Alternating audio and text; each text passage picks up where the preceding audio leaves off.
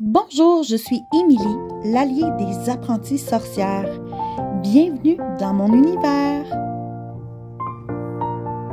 Bonjour les femmes spirituelles, je m'appelle Émilie, je suis la sorcière astucieuse et j'aide les femmes à intégrer la magie ancestrale dans leur quotidien moderne pour les aider à ralentir. Une façon de faire, c'est de célébrer les sabbats de la roue de l'année. Mais qu'est-ce que c'est faire? C'est quoi cette affaire-là? Donc, la roue de l'année, ce sont 8 fêtes qui se déroulent tout au long de l'année pour marquer le cycle des saisons et fait appel aussi à des occurrences de la position en fait de la planète par rapport au soleil. Et aujourd'hui, je vais vous parler de Ostara. Parce que Ostara va être en 2024, le 19 mars, et ça s'en vient bientôt. Donc, je vais vous parler un peu de où ça vient cette fête-là. Et si vous n'êtes pas familier, en fait, avec la roue de l'année, ça commence à Yule, autour du 20, entre le 20 et 22 décembre. Donc, c'est le solstice d'hiver. Ensuite, le 1er février, on a Imbolc. À mi-chemin jusqu'à Ostara, qui est l'équinoxe du printemps. Et on s'en va comme ça avec des occurrences et des fêtes païennes tout au long de l'année jusqu'au 31 octobre, en fait, qui correspond à l'Halloween aussi, mais qui est aussi Samhain. Donc, c'est vraiment un cycle infini et ça nous permet de nous connecter à ce que la nature veut nous enseigner, veut nous apprendre. Et c'est pour ça que ça fait grandement partie de ma pratique de sorcière. Ostara, je l'ai dit, c'est l'équinoxe du printemps. Ça veut dire que, de façon générale, il va y avoir un nombre équivalent de lumière et de noirceur. Donc, la lumière du jour et la nuit va être en fait la même.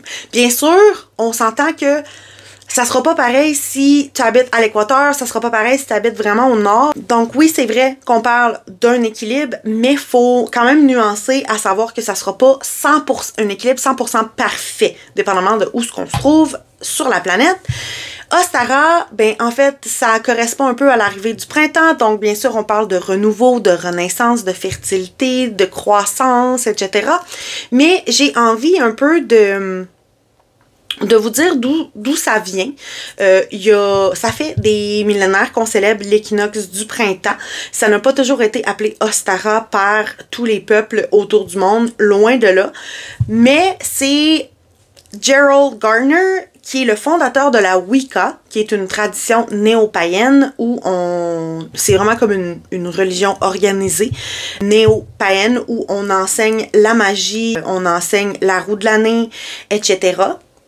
Et c'est lui qui a un peu pris des traditions païennes de partout dans le monde, de ce qu'il avait appris, et qui a comme fait tout assembler ça dans ce qu'il appelle lui la Wicca, ce qu'il a fondé la Wicca. Puis ben, il a décidé de donner le nom Ostara, qui est une déesse germanique, à cette fête-là, pour compléter un peu la roue païenne. À Ostara, on passe des mois d'introspection. Donc, j'ai l'impression que ça fait 2 mois et demi que je vous parle d'introspection. Donc, à Yule, en décembre, et à Imbolc, en février, on était encore dans notre introspection.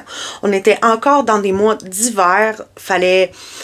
C'était pas des mois d'action, c'était des mois plus d'énergie féminine où est-ce qu'on en fait, on prend le temps de s'arrêter pour réfléchir à ce qu'on veut vraiment. Et là, à Ostara, ben, on recommence tranquillement, comme c'est un nouvel éveil, à retomber dans notre énergie masculine. Et on sort un peu de l'intérieur de nous-mêmes pour refocuser notre attention sur le monde qui nous entoure, l'environnement, la nature qui se réveille. Donc, on voit bien sûr des petits bourgeons qui vont commencer à apparaître, les animaux vont sortir d'hibernation, donc ce sont tous des petits signes de l'arrivée du printemps auxquels Ostara aussi se rattache.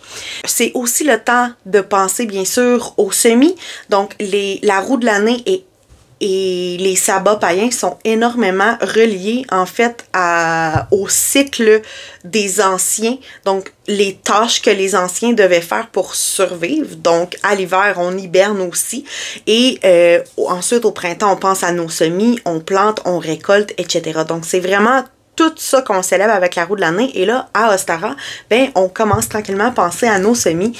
Les rituels qu'on va faire pour célébrer pour célébrer Ostara, ce sont des rituels qu'on veut qui nous énergisent.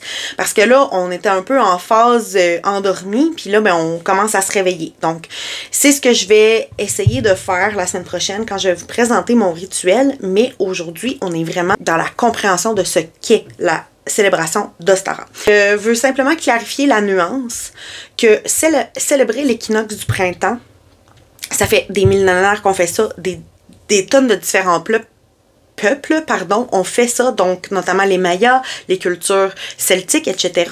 Mais appeler l'équinoxe du printemps spécifiquement Ostara, ben c'est vraiment Gerald Garner qui a installé ça dans les années 50-60 avec l'arrivée de la Wicca, qui est une religion qui est assez nouvelle en fait. Ce qu'il faut comprendre, c'est que ce ne sont pas tous les peuples païens, toutes les traditions, spiritualités païennes qui ont célébré les 8 sabbats tout le temps dans l'histoire de l'humanité. La roue de l'année va ramener des symbolismes et des fêtes qui proviennent de tonnes de traditions différentes et va l'amener dans quelque chose de structuré. Et c'est à nous de choisir un peu comment on veut célébrer ça selon où on est dans le monde, selon nos ancêtres, selon notre culture, etc. Et ben moi, comme je n'ai pas d'ancêtres irlandais ou celtique ou quoi que ce soit, ben j'aime prendre la roue de l'année pour ce qu'elle est, en étant consciente que c'est quelque chose qui a été un peu mis ensemble par un homme qui voulait simplement faire du sens avec beaucoup de savoir qu'il avait appris de différentes traditions autour du monde. Parce que je trouve que la roue de l'année a tellement un impact puissant sur notre vie, parce que c'est exactement ce qui se produit dans nos vies à chaque année, à chaque changement. Quelque chose de vraiment étonnant, c'est que jusqu'en 1752, c'est l'année où on est passé du calendrier romain au calendrier grégorien qu'on connaît aujourd'hui avec le début de l'année en janvier et la fin de l'année en décembre. Ben, en fait, jusqu'en 1752, avant de tomber dans le calendrier grégorien, eh bien, l'équinoxe du printemps, ce qu'on s'apprête à vivre, était le début de l'année. La nouvelle année, à cette époque, était le 25 mars. C'était pas du tout le 1er janvier.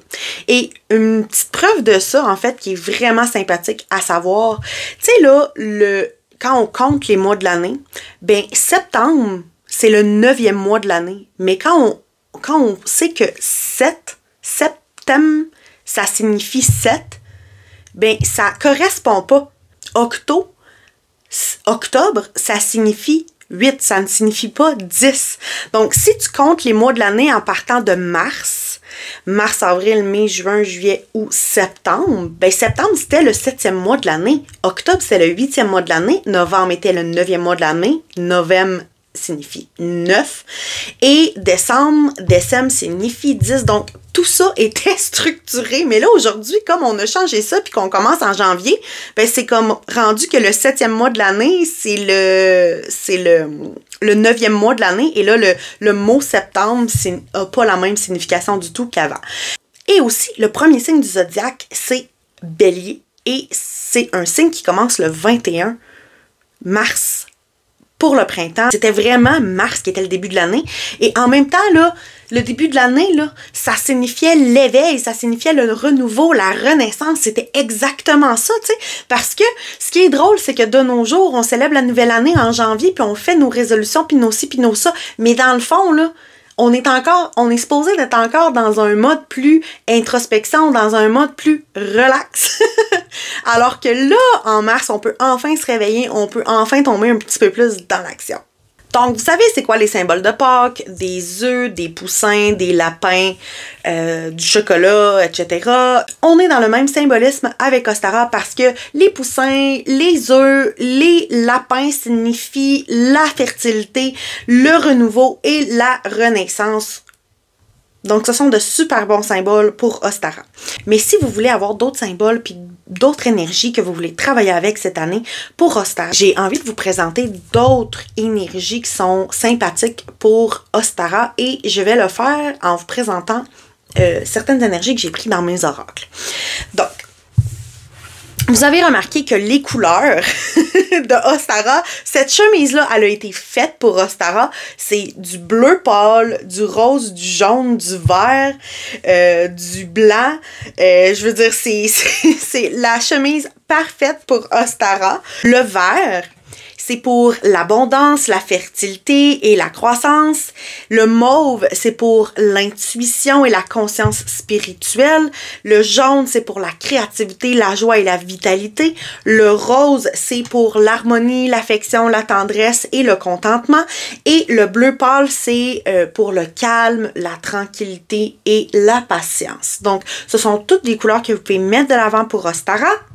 Et là, on va passer aux oracles. Donc, ici, j'ai l'oracle de Mélissa. Et je vous ai sélectionné les cartes. Donc, on parle du phénix. Le phénix, c'est la renaissance. Donc, c'est vraiment une belle carte pour travailler les énergies de Ostara. Et j'ai envie de vous dire, c'est pas obligé d'être compliqué, là, de célébrer Ostara. L'ours qui sort de l'hibernation est un esprit qui est intéressant pour travailler aussi au printemps pour l'équinoxe et Ostara. Donc ici, on a justement l'ouest qui représente le printemps. Donc, c'est une belle carte pour les abeilles. Donc, je vous invite à prendre un oracle que vous avez à la maison et trouver les cartes qui vont symboliser Ostara, qui vont symboliser le printemps. De travailler avec ces cartes-là, lisez sur leurs énergies, puis voyez comment ils interagissent ensemble. C'est vraiment un exercice qui peut être fait, puis ça peut être simplement ça, votre rituel de Ostara. C'est pas obligé d'être compliqué. Donc ici, ben, je vous ai dit que le bélier correspondait à cette période de l'année, donc vous pouvez travailler avec l'énergie du bélier.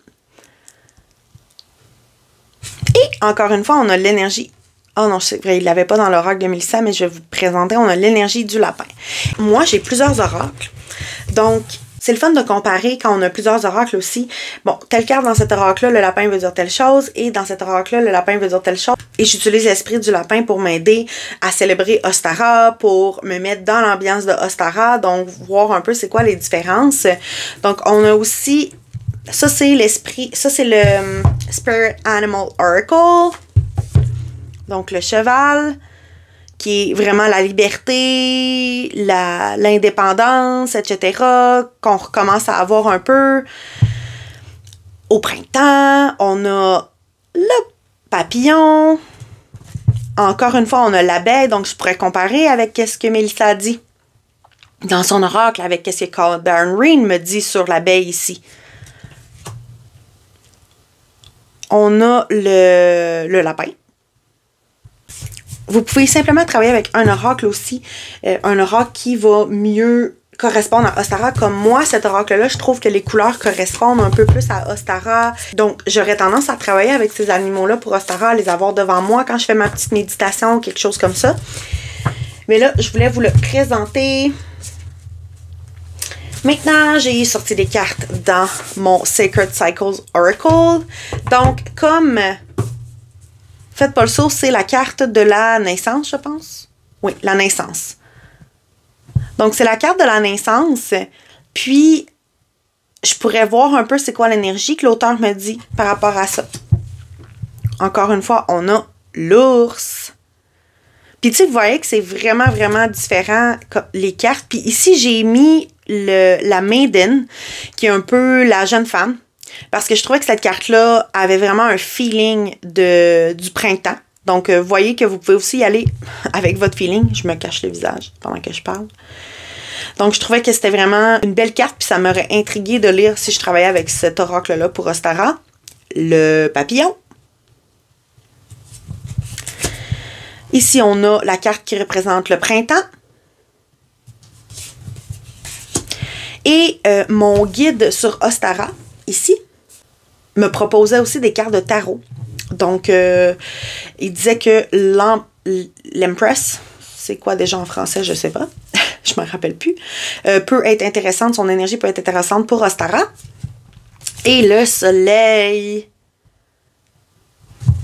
Donc, honnêtement, je regarde toutes ces cartes-là, puis j'ai juste le goût de tout repasser dedans après quand je vais avoir fini la vidéo. Et ici, mon dernier oracle que j'ai à vous présenter. Donc, encore une fois, ici, ce qui est intéressant, c'est qu'on a un arbre ou une fleur qui est pairée, ça se dit tout ça? Qui est jumelée à un animal. Et moi, j'ai surtout choisi pour les animaux. Encore une fois, le papillon.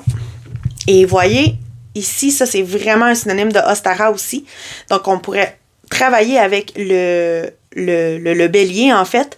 Et c'est le fun parce que ça nous donnerait son énergie, pas nécessairement en fonction du signe astrologique, mais vraiment de l'animal dans cet oracle-là. Le cheval, l'ours et l'abeille. Donc, je voulais vous présenter des cartes. Vous pouvez faire ça avec n'importe quel oracle que vous avez, qui a des alliés spirituels. Vous pourriez sortir un oracle de cristaux, puis sortir les cartes de cristaux qui correspondent à Ostara. J'ai mon guide pour m'aider. Je peux pas savoir tout par cœur. Si vous avez des questions, laissez-moi savoir. Ça va me faire plaisir de vous donner les correspondances plus précises de cristaux, parce qu'il y a des correspondances pour tout, des animaux, des cristaux, différents types de rituels, différents types de choses que vous pouvez travailler plus spécifiquement à Ostara.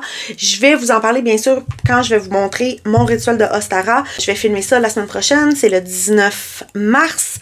J'espère que ça vous a démystifié un peu c'est quoi la fête de Ostara, d'où ça vient, pourquoi on célèbre ça, et comment vous pouvez un peu utiliser vos oracles pour vous choisir des alliés, des guides, pour vous accompagner la journée de Ostara. Si tu apprécies la vidéo, aime cette vidéo, partage avec d'autres femmes spirituelles autour de toi qui aiment ça apprendre sur la roue de l'année et les spiritualités liées à la nature.